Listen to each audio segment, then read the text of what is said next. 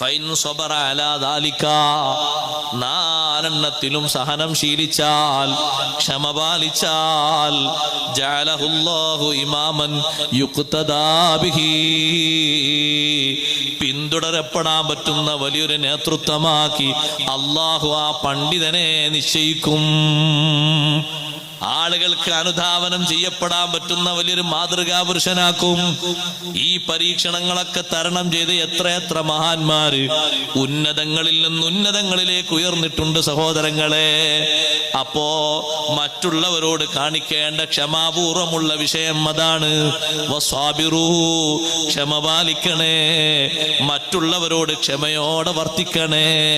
വറാബിതൂ, നല്ല സന്നദ്ധത സ്വീകരിക്കണം.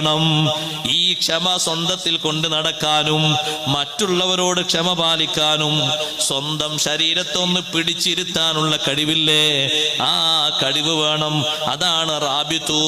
അതൊരു തീവ്ര പരിശ്രമമാണ്, തീവ്ര പരിശ്രമമാണ് സഹോദരങ്ങളെ. അള്ളാഹുവിന്റെ മാർഗത്തില് നമ്മുടെ ശരീരത്തിന് നമ്മൾ നൽകുന്നൊരു പ്രതിരോധം. ഈ റാബിത്തു എന്നതിനെ സംബന്ധിച്ച് മഹാന്മാരായ പണ്ഡിതന്മാര് നൽകിയ തഫ്സീറിൽ കാണാം. അതെ, ക്ഷമാപൂർവം ഇബാദത്തിന്റെ വിഷയത്തിൽ ഉറച്ചു നിൽക്കാനുള്ള കഴിവാണ് അൽ മുദാവമതു ഫീ മകാനിൽ ഇബാദത്തി വസ്സബാത്. ആരാധന നടത്തുന്ന സ്ഥലത്ത് ഉറച്ചു നിൽക്കാനും പതിവായി ചെയ്യാനുള്ള കഴിവ്. ചെയ്യുന്ന ആരാധന വിട്ടുപോകുന്നില്ല, നിശ്ചയിച്ച് കരുതിയ ഇബാദത്ത് പൂർത്തിയാക്കാതെയും പോകുന്നില്ല. എന്താ, ഒരു ജുസു ഓതാൻ വേണ്ടിയിരുന്നു, പൂർത്തിയാണെന്ന് മുമ്പ് നീച്ചു പോ, എന്നാ ഈ പറയുന്ന മുറാബത്ത് എത്തിയിട്ടില്ല. സന്നദ്ധത, സജ്ജീകരണം എന്ന് പറഞ്ഞാൽ ഒരു തീവ്ര പരിശ്രമമാണ്. കഠിന യത്നം, തീവ്ര യത്നം സ്വന്തം ശരീരത്തിന് കൊടുക്കുക. ഇരിപ്പുറപ്പിക്കാൻ കഴിയണം. നിശ്ചയിച്ച ഈ അമല് ചെയ്ത് പൂർത്തിയാക്കിയിട്ടല്ലാതെ അനങ്ങൂല, മാറൂല. ആ കഴിവ് സ്വീകരിക്കാൻ അള്ളാഹു തൗഫീഖ് നൽകട്ടെ. ഈ മുറാബത്തെ വിശദീകരിച്ചിടത്ത് ചില ഹദീസിലൊക്കെ കാണാം, തഫ്സീറിലൊക്കെ കാണാം. അഷ്റഫുൽ ഖൽഖ് മുഹമ്മദുർ റസൂലുള്ളാഹി സ്വല്ലല്ലാഹു അലൈഹി വസല്ലം തങ്ങൾ പറഞ്ഞു, അലാ ഉഖ്ബിറുക്കും ബിമാ യംഹുല്ലാഹു ബിഹിൽ ഖത്വായാ, കുറ്റങ്ങൾ അല്ലാഹു മായ്ക്കുന്ന കാര്യങ്ങൾ നിങ്ങൾക്ക് ഞാൻ പറഞ്ഞു തരട്ടെ. വയർഫഉ ബിഹിദ് ദറജാത്ത്, അതുകൊണ്ട് അല്ലാഹു ഒരുപാട് സ്ഥാനങ്ങൾ ഉയർത്തിത്തരും. കുറ്റകൃത്യങ്ങൾ അല്ലാഹു മായ്ച്ചു തരും. ഒന്ന് എണ്ണി പറഞ്ഞത് ഇസ്ബാഗുൽ വുളൂഇ അലൽ മക്കാരിഹി, പ്രയാസമുള്ള പ്രതിസന്ധിയുള്ള ഘട്ടങ്ങളിലും വുളൂ പൂർത്തിയാക്കിയെടുക്കാനുള്ള കഴിവ്. പ്രയാസമുള്ള ഘട്ടങ്ങളിൽ വുളൂ പൂർത്തിയെടുക്കാനുള്ള കഴിവ് എന്ന് പറഞ്ഞാൽ, വിശദമായി പറഞ്ഞാൽ, ഒന്ന് തണുപ്പ്, നല്ല തണുപ്പുണ്ട്, അവിടെ 3 പ്രാവശ്യം കഴുകി വുളൂ എടുക്കണം. വെള്ളം കുറവാണ്, എന്നാലും കിട്ടുന്നത് കൊണ്ട് 3 പ്രാവശ്യം കഴുകണം. അതിനുപയോഗിക്കാൻ കഴിയണം. കുറഞ്ഞ വെള്ളം കൊണ്ട് വുളൂ എടുത്ത് ശീലിക്കണം. വലിയ പ്രയാസം തന്നെ. ഒരു കുപ്പി വെള്ളം കൊണ്ട് വുളൂ ഒന്നായിട്ട് എടുക്കാൻ കഴിയും.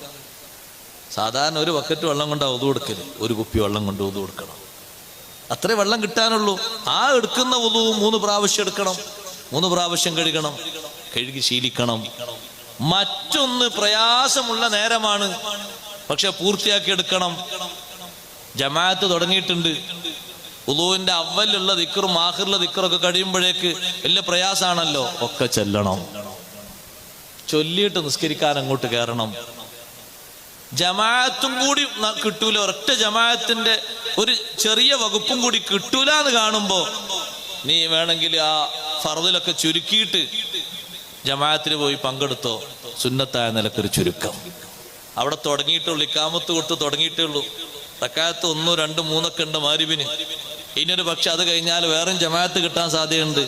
ഈ അവലും ആഖിറിലുള്ള ദിക്റൊക്കെ ചൊല്ലിയിട്ട് പോയാൽ മതി. എങ്ങോട്ടാ അതിങ്ങനെ ഓടിപ്പോകുന്നത്? ഇത് പൂർത്തിയെടുക്കാനുള്ള കഴിവ്. പഴയ കാലത്തെ നമ്മുടെ ഉപ്പാപ്പമാർ ഉമ്മാമ്മമാർ ഉദു കൊടുത്താൽ ഈ ദിക്ർ 2 ഘട്ടത്തിലുള്ള ദിക്ർ പൂർത്തിയാക്കിയിട്ടല്ലാതെ അവർ മുന്നോട്ട് പോകൂല.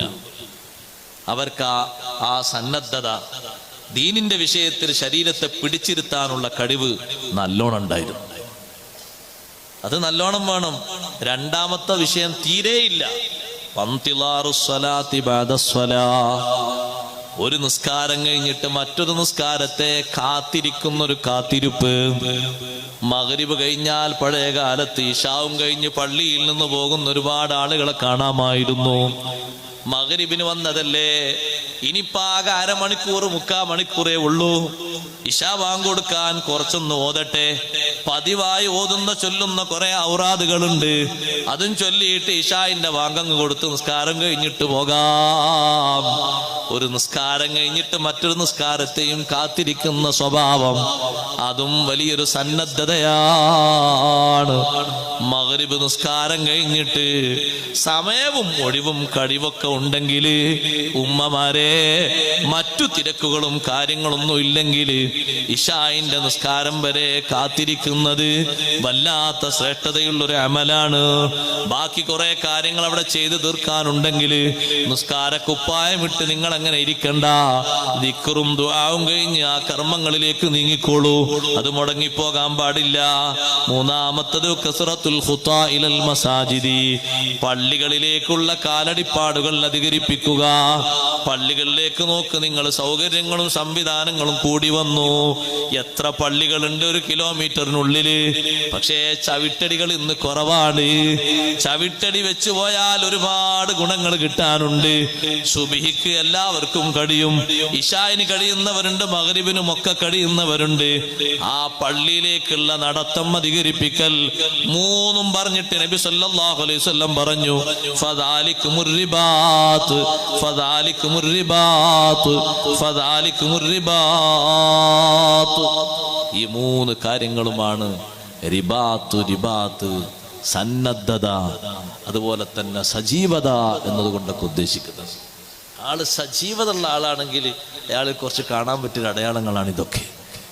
ഇതിലിപ്പോ നിസ്കാരവുമായി ബന്ധപ്പെട്ട് തന്നെയാണ് പ്രധാനമായും പറഞ്ഞത്. ആ നിസ്കാരവുമായി ബന്ധപ്പെട്ടും പള്ളിയുമായി ബന്ധപ്പെട്ടും ഒരു ഈമാനുള്ള മനുഷ്യന്റെ ബന്ധം ചെറിയൊരു ബന്ധമല്ല. വറാബിതു, അള്ളാഹുവിന്റെ മാർഗത്തിൽ സഹോദരങ്ങളെ ശരീരത്തെ പിടിച്ചു വെക്കാനുള്ള കഴിവ്, അള്ളാഹുവിന്റെ മാർഗത്തിൽ ഇരുപ്പുറപ്പിക്കാനുള്ള കഴിവ്, ആ കഴിവ് നേടിയെടുക്കണം. അള്ളാഹു നമ്മെ സഹായിക്കുമാറാകട്ടെ. അള്ളാഹുവിന്റെ മാർഗത്തിൽ കാത്തിരിപ്പിനുള്ള കഴിവ്.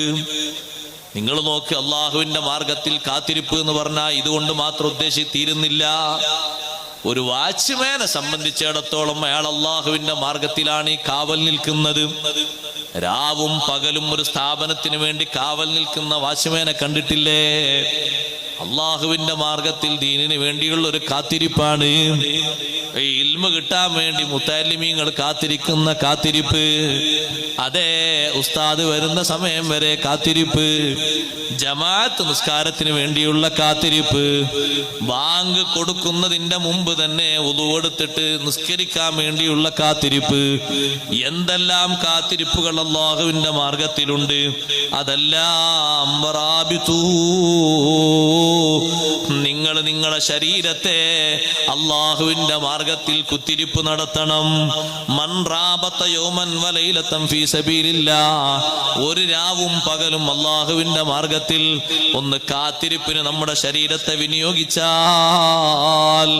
കാന കഅദ്ലി സിയാമി ശഹ്രിൻ വഖിയാമിഹി, ഒരു മാസത്തെ നോമ്പിനോട്, ഒരു മാസത്തെ നിസ്കാരത്തിനോട് അത് സമാനമാകും, തുല്യമാകും. ചെറിയ മഹത്വമുള്ള കാര്യമല്ല, വലിയ മഹത്വമുള്ള കാര്യമാണ്. ശരീരത്തിന് നൽകുന്ന സന്നദ്ധത, ആ സന്നദ്ധത കൊണ്ട് വിജയിക്കാൻ അള്ളാഹു നമ്മെ സഹായിക്കുമാറാകട്ടെ. നല്ല സ്വബർ പാലിച്ച് ജീവിക്കണം, ക്ഷമാപൂർവം ജീവിക്കണം. ശരീരത്തെ ഒരു കാര്യത്തിന് വേണ്ടി പിടിച്ചിരുത്താനുള്ള കഴിവ് അത് നേടിയെടുക്കുന്നവർ മറ്റു മാർഗങ്ങളിലേക്കൊന്നും ശ്രദ്ധ പോകാതെ ചെയ്യുന്ന അമല് പൂർത്തിയാക്കാൻ വേണ്ടി സജീവമായി സഹകരിക്കണം. കൂട്ടത്തിലൊന്ന് പറയട്ടെ, ദീനിന്റെ ഖിദ്മത്ത് നടത്തുന്ന ഖാദിമീങ്ങളെ, ഒരു മീറ്റിങ്ങിന് വേണ്ടി വന്ന് 1 മണിക്കൂർ 2 മണിക്കൂർ നേരം ഒന്ന് കുത്തിരിപ്പ് നടത്തിയാൽ അത് വെറുതെ ആകുന്നില്ല. ആരെങ്കിലും ഒരാൾ വരാൻ വേണ്ടി നമ്മൾ കാത്തിരിക്കുകയാണ്. അയാൾ വന്നിട്ടേ യോഗം തുടങ്ങൂ. അയാൾ എത്താൻ കുറച്ചു നേരം വൈകി. മുറുമുറുപ്പ് വേണ്ട, ഒന്നും വേണ്ട. വരാൻ കാത്തിരിക്കുന്ന ആളെ പറ്റി തിന്നു തീർക്കണ്ട.